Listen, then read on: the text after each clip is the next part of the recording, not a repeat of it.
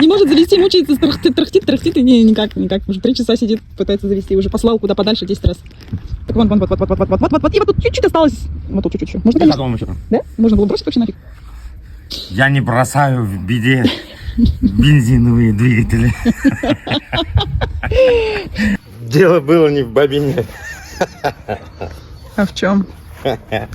Не скажу. Ну Все скажи. знают. Ну скажи, Все я не знают, знаю. А дело было в чем? Дело было не в бобине. А? В чем?